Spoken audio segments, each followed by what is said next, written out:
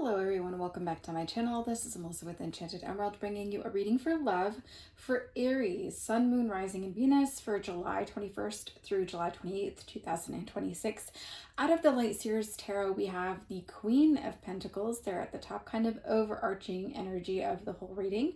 And we also have the Four of Swords, the Queen of Swords, and the Nine of Pentacles. So I feel, Aries, that you have really stepped into a space where you understand that not every single relationship has to progress in a certain path in order to be valid. I think there's been a very logical and methodical way that you view love. And I think that this point in time, having come out of what you've come out of, you're really just bursting at the seams with a lot of energy. The ideas are in overdrive, right? And it's a time for you to really embrace that divine timing of it all, because I do think that there's going to be a short time frame in which this window of opportunity for love for you is going to be open. So just be mindful that you don't close it, okay? Because I think that you're coming out of a space where you had somebody in your life where it was a bit of a superficial love, right? I think that this person was not consistent. There was times where you felt very alone in the relationship,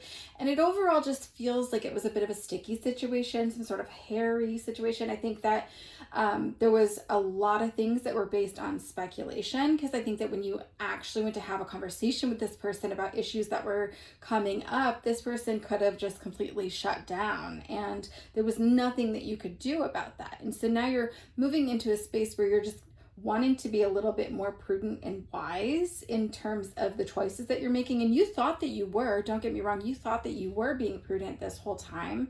But when in fact this person kind of operated with a little bit of a motive, right? I feel like they wanted to turn you into somebody that you weren't. And I think that you took a gamble on this. You really had faith throughout all of this, and that's not a bad thing. I think that this person really wanted to share the joy of their hobbies with you, but then they didn't really have enough respect for you to care to get to know about your interests or take part and participate in any of those activities with you. And it just kind of left you in a space where you felt unseen, and that maybe even feeling like your feelings were not valid. And that's unfair position for you to be in, of course. And I think they didn't see you for who you were, right? I think that they ultimately saw you for the person that they really wanted you to be, or the person that they thought that you were. And so there's been this rapid shift, I think, in mindset for you as you come out of this. I think that you were initially very angry about all of that, and now you've given yourself a little bit of time with that Four of Swords energy to take that time out to process everything.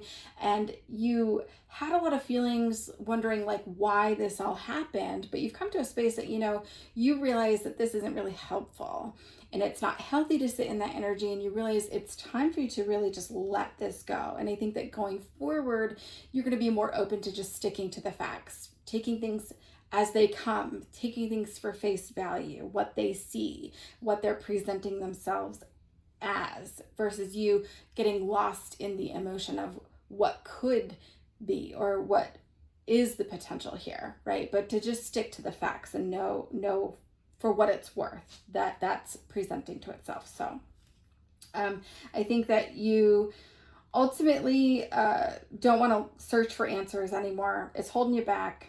Okay, and so I'm hearing the lyrics to this Love Boat song, and I think that there's a lot of new, exciting, fun energy coming in for you. And with this, I just feel a lot of expansion where you're opening up your energy, opening up to more joy. You have so much love flowing from you. I think you've really put a lot of love into yourself through all of this.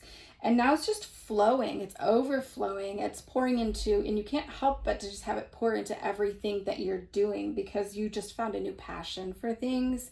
And this ultimately will keep you in a space where you're a magnet to love. So a lot of opportunities will be coming in for you. You're really very much with that boat theme. I just feel like you're in the flow. There's not a lot of resistance happening. You're just open to the experiences, and you're just going to embrace that. I think that this expansive love will really energize you, uplift you. It's just going to feel like it's a little bit less effort than it has been in the past, and maybe even feel like effortless, where you are just enjoying all of it, and that you don't really feel like you have to put a whole heck of a lot of energy into making it work, right? Because it's not broken.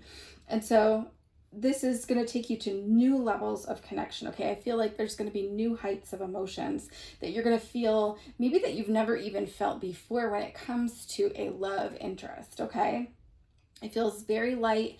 It feels like a breath of fresh air. Okay. And I think that it's important to be mindful that this love, there's a lot of symbolic energy that kind of comes in with this, right? This person may not come out and like tell you outwardly, hey, I'm interested in you, or I want to date you, or let's see where this goes, right? But it's about paying attention to their actions, because I think that there's going to be a lot of signs for you. I think instead of expressing it outwardly, this person might show you how they feel. They might be pulling out chairs, opening doors, picking you a flower, and really just they'll gravitate to you. They'll really just want to be in your energy. They enjoy that. They enjoy your company.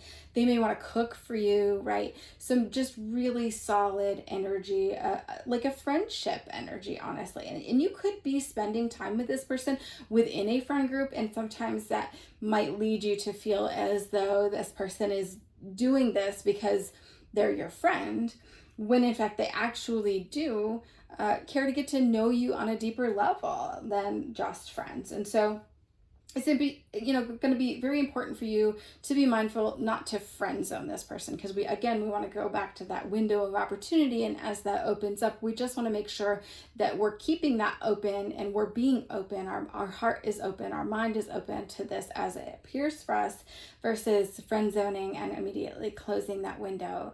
So just kind of be mindful of that to see where things go. And I think that there'll be a lot of balance in this, right? I think you'll be very compelled to find balance in that and not lose yourself in this connection, but you realize that you're both two separate individuals with two separate lives and two separate worlds of hobbies, and you kind of combine that then to be really good for one another, enhance one another's lives, right? And so this person may not necessarily like all of your hobbies, you may not necessarily like all of their hobbies, but you can do them both separately, and then also have some hobbies where you come together and really enjoy that. And so it's a great energy for you here, Aries. I do so hope that this resonates for you. And if you've made it this far in my video, please comment down below and let me know how you're feeling, how this works and resonates for you, what's showing up for you. And as always, I will be back with another read for you guys again soon. Thank you so much. Take care.